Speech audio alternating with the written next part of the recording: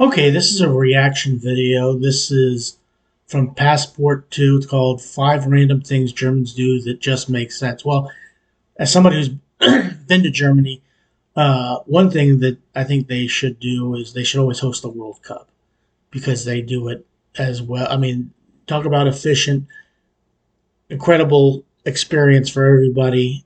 I think the Germans should always host the World Cup. And that's just a personal preference of mine because I actually enjoyed it and it was a great time. But let's see what this is all about. Five random things that Germans do that just make sense. There are some things done in Germany that we had never seen before moving from the US to Germany that honestly just make a lot of sense. And I'm sure there's a couple of things that don't make a lot of sense they do in Germany. Well, one of the things that I saw when I was over there was no free refills on your drinks. That doesn't make sense.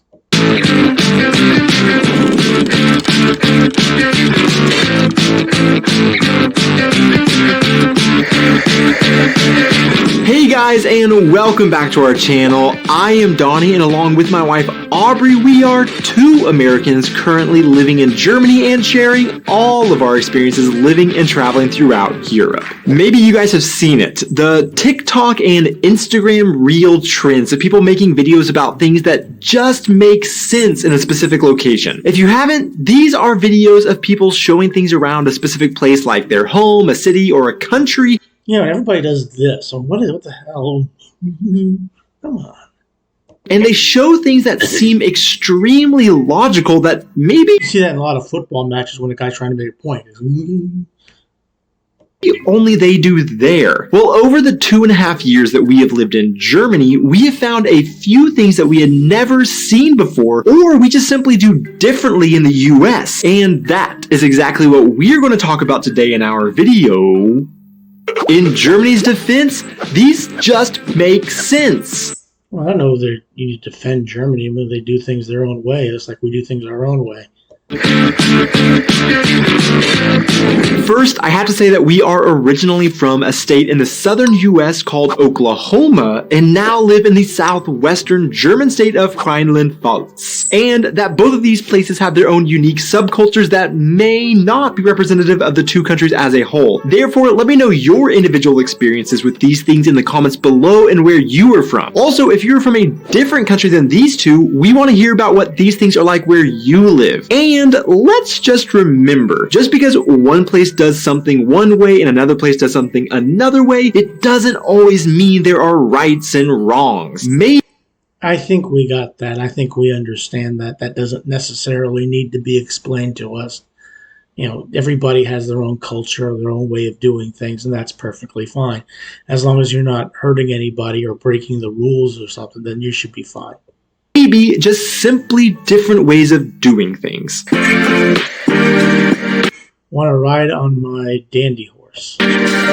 As many of you guys are well aware of at this point, we are expecting our first baby in a couple of months, and therefore we have started to notice a lot more of how babies are raised in Germany versus what we are used to in the US. One big difference that we have seen is how little ones learn to ride bikes, which brings us to our first German thing that just makes sense, and that is balance bikes. A balance bike is a tiny little two-wheeled bike that doesn't have pedals and are just big enough that a toddler can sit on the bike and touch the ground with their feet. To move themselves in the bike, they kick their feet on the ground to propel themselves forward. This allows little kids to start to be able to feel how to balance on two wheels while remaining in control with their feet on the ground if needed from a very young age.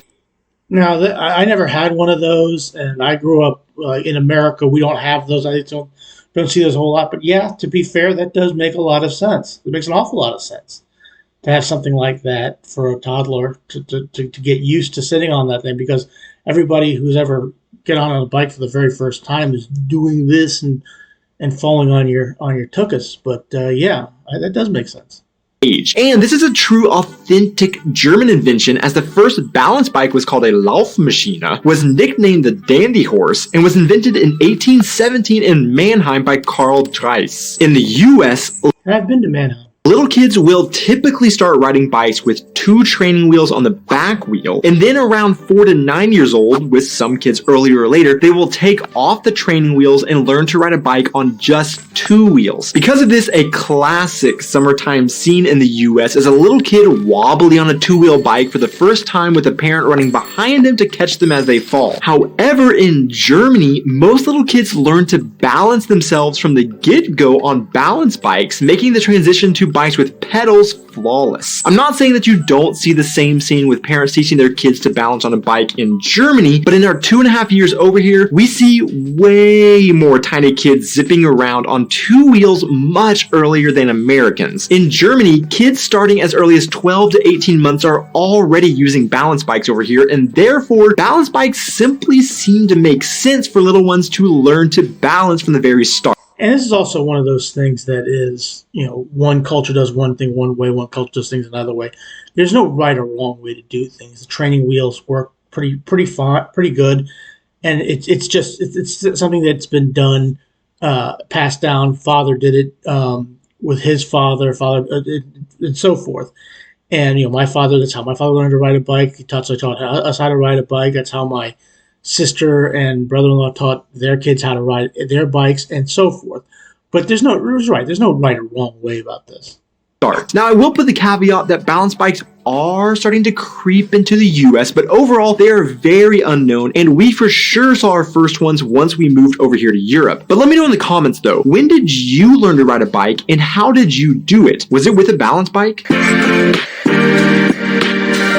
Also, as many of you know, I passed my German B1 language certification exam over a year ago, and I did so after taking part in an integration course at our local Volkshochschule. A Volkshochschule, or VHS for short, doesn't really have a great translation in English, or specifically American English, because schools like these don't really exist in the US. But we could just call it an adult education center to get the idea across of what they are. The closest thing in most American cities to a VHS would have to be a community college, but a VHS doesn't typically offer certifications or degrees for most of their courses, making them a little bit different. Volkshochschules really are community schools set up to encourage lifelong learning and continuing education for all in German communities, and that is exactly why Volkshochschules are the next thing on my list that just makes sense. These schools are funded by multiple different avenues, such as grants from the state, grants from the municipality it is in, subsidies from the federal government, private donations, etc. And one stipulation though is that these schools must earn more than 1/3 of their financial resources from enrollment fees. Yeah, Volkshochschules or VHS. Yeah. Those do make sense. I mean, if you want to, not everybody wants to learn more than they already know. Maybe people know more than think they already need to know. But yeah, I'm not surprised by any of these things. At these first two, these do make sense if you want to continue your education and continue learning. These you're not spending an arm and a leg. Like if people know anything about U.S. colleges, they cost a fortune to send your kids there. Or you're an adult, you go there, and they just cost a heck of a lot more. But this does make sense. For classes. Because of how these schools are funded, they are able to offer fairly inexpensive classes to make it accessible to everyone in the community, and classes are available during the weekdays, nights, and on the weekends depending on the class. These schools are found throughout the country, and it is not hard to find one near you. They offer classes on nearly any subject or hobby you can imagine. Want to learn a language? Want to learn to paint? How about learn to use a computer? What about a wine tasting class? Water jogging? The history of rock and roll? Now, they do have things like that in the United States where you can go and learn to do things like that, but not like this. Professional development, I've been continuously amazed looking at the breadth of curriculum these schools offer German communities, and it has provided me lots of entertainment to see just how unexpected some of these themes are. I've also found them to be a great way of meeting other people in the local community with common goals or interests, as well as making them something that just make sense. When we bought our first car in Germany, I went to get a license plate, and I was trying to do the entire process in German, even though I had only only been taking classes for about 2 months. Because my German wasn't great at the time, at one point I thought they asked me if I had a preference for the numbers and letters on the license plate before issuing it to me, but coming from the US, I didn't think this made sense based on how we are assigned plates back home. So I assumed I just didn't understand the German correctly. So after awkwardly staring at each other and not answering their question, they just moved on and randomly assigned numbers and letters to me like I would have expected them to do. However, the next thing in Germany that just makes sense is the fact that you get to choose the letters and numbers on your license plates and how easy and cheap it is to do so.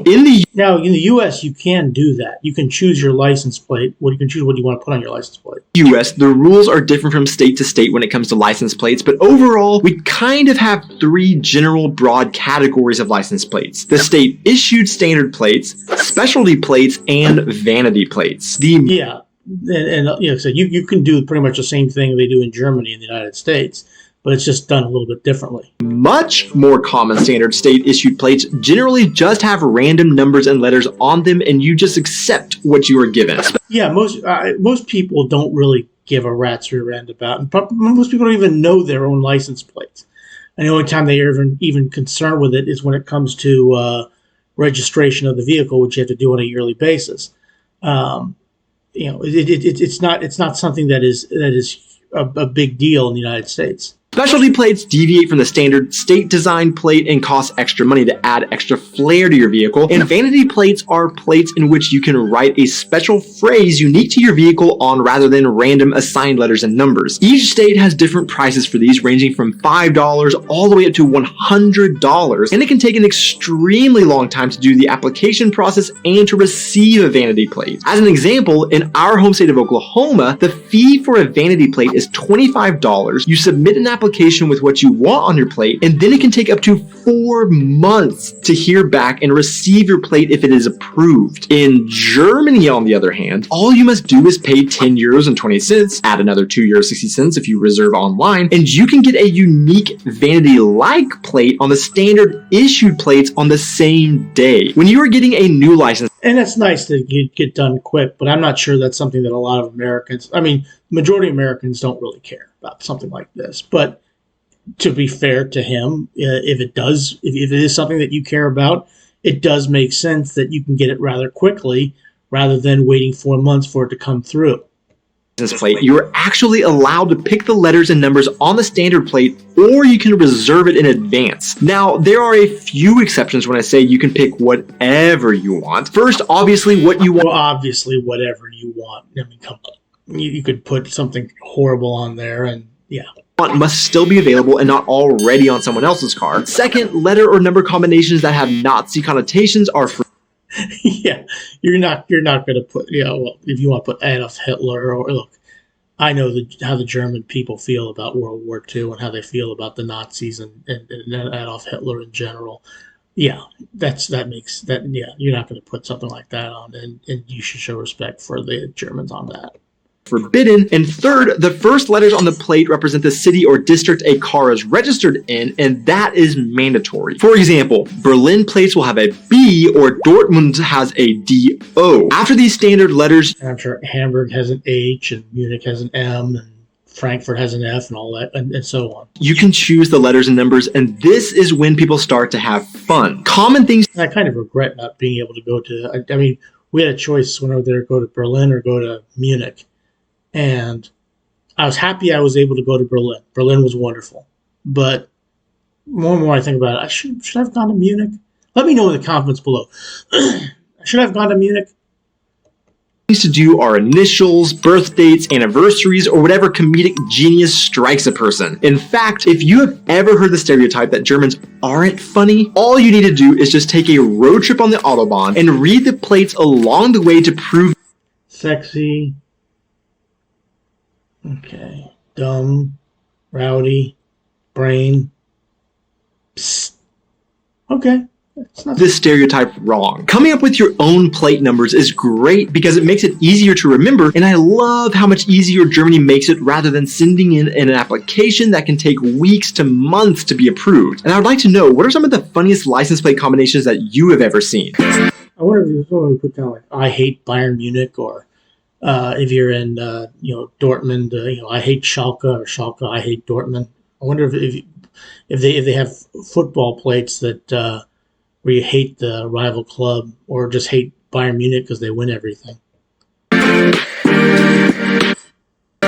In line with the auto theme, one thing Americans notice when they travel to Germany is that the cars tend to be smaller than typical American vehicles. In particular, where we come from in the southern US, a lot of people drive pickup trucks. I really miss my truck. But often trailing those smaller cars in Germany that we immediately noticed after moving here that was a little bit unusual to us were trailer hitches on sedans. In the US, if you're going to tow something, you typically are going to use your truck. Or if you don't have a truck, you call a friend with a truck. If you don't have a friend with a truck, you don't tow that thing. In Europe, we often see small cars pulling things like full-on travel trailers that to Americans looks quite comical. Now, I'm going to go ahead and say right now that I honestly know absolutely nothing about cars. I wish I did, but I don't. But I think many people's first thoughts about this subject is that Americans just like big cars and that Americans wrongfully believe that we need a big truck to pull something. And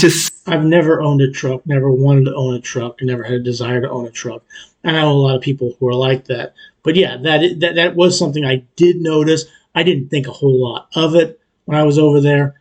If you have the ability to tow things around, God bless you. Okay.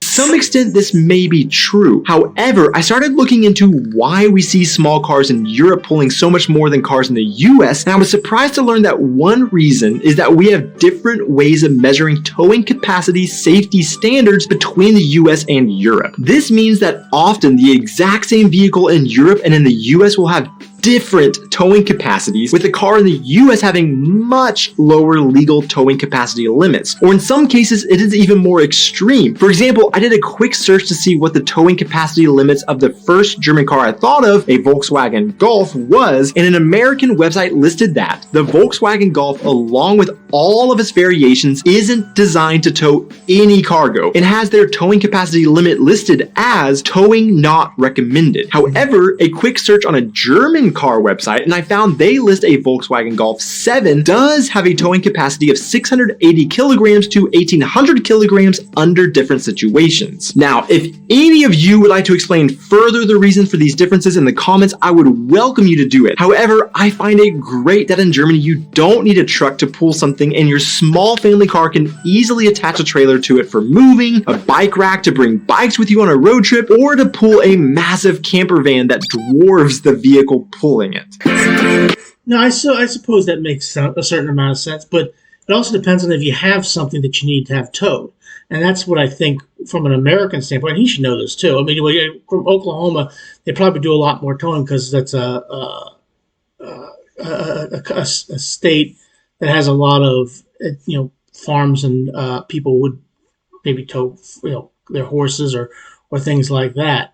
But not a lot of people where I'm at need things towed. It's just not something that you don't do very often. But he is right about the trucks. If you use your truck, or if you have a buddy who has a truck, you use theirs. Now, I want to know in the comments from our German viewers, how many of them have ever taken a trip to the US and were shocked when they tried to pay with their credit card at a restaurant and the waiter just carried away their card where they could no longer see it? Well, this is something that for whatever reason, Americans put up with, and after having lived in Germany and have seen another way, I don't know why we do. If you don't... Well, look, Look, when I go to certain restaurants, yeah, you hand them your card, they take it, and they come right back. As someone who worked in the bank, if it takes them, you can generally see them doing it. Okay, you can see them where they go. If you're that concerned about it, you can even get up and follow them if you want to some extent. Not that anybody ever does, mind you. And most places, like some of the restaurants I go to, like I give them my card, I'm looking right up. I can see what they're doing. Okay. It's not like you're writing it down or anything like that. But I guess in Germany they aren't as trusting. I want to find out. don't understand what I'm talking about because you have never been to the US and the United States, when you're paying for your bill with a card, a waiter will bring you the check and you typically will just sit your credit card with the bill on the end of the table, and the waiter will come by, grab it, and then walk off to wherever the cashier is in the restaurant. Often this is not in view and you have no idea where your card is gone, but again, that's not always the case. Most places it is in view. A couple of restaurants I go to, it's in plain view where you can see what they're doing. Furthermore, even if it's not in view, they're generally back within about 30, 45 seconds. It generally doesn't take very long for them to bring you back a bill. Now, sometimes it does, but I've never had a situation. And keep in mind, you can always find out if your card's being used and probably who's the one that did it, because you can get alerts on your phone if 1 cent is spent on the card that you didn't do. You can see that generally immediately when it happens, and you generally know where it happens from. we just trust they will charge it for the billed amount and then bring it back to you. Now, I'm not even going to try and pretend that nothing ever goes wrong when this is done. It absolutely is not unheard of that nefarious things happen to cards when they are carried away, although it isn't that common. For what it is worth, from my own personal experience, I have paid with card probably tens of thousands of times in the US, and I have never had any issue with this system. Yeah, neither have I. Although I do know some people who had credit card information stolen. For you Americans wondering what the other way is, in Germany, they will bring a portable card reader to your table with the bill, and often you don't even hand the waiter the card, but rather they hold the card reader down to you, and then you tap or insert your card into the machine, so you are always... And then to be fair, they've actually had those in the United States as well. There's I've seen that happen to me on more than one occasion as well, where they just bring it and you just do it that way. In control of your own card. This is, of course, when a place actually even accepts card in Germany, but I'm not going to go there because this is a video about things that make sense in Germany. But the transparency of doing it this way and how you never are put in a position where you must trust a total stranger to walk away with all of your money just makes sense. To see who made it this far into the video, the random question of the week is, what is an accomplishment you have done that made yourself the most proud of yourself? Thanks so much for watching, guys. Be sure to hit those like and subscribe buttons, and we will see you in our next video. 1, 2. Yeah. This was a good video. This was 5 random things that Germans do. Well, this is anything that I've ever seen before. All 5 of these things are brand new to me. And I guess some of them do make sense. Not a big deal about license plates or towing things. That's not something I do in general. And the card thing is personal preference, but still an interesting move. But please click like, share, and subscribe for him. Passport 2. And please click like, share, and subscribe for me. Thanks. I appreciate you watching this. Have a good rest of your day.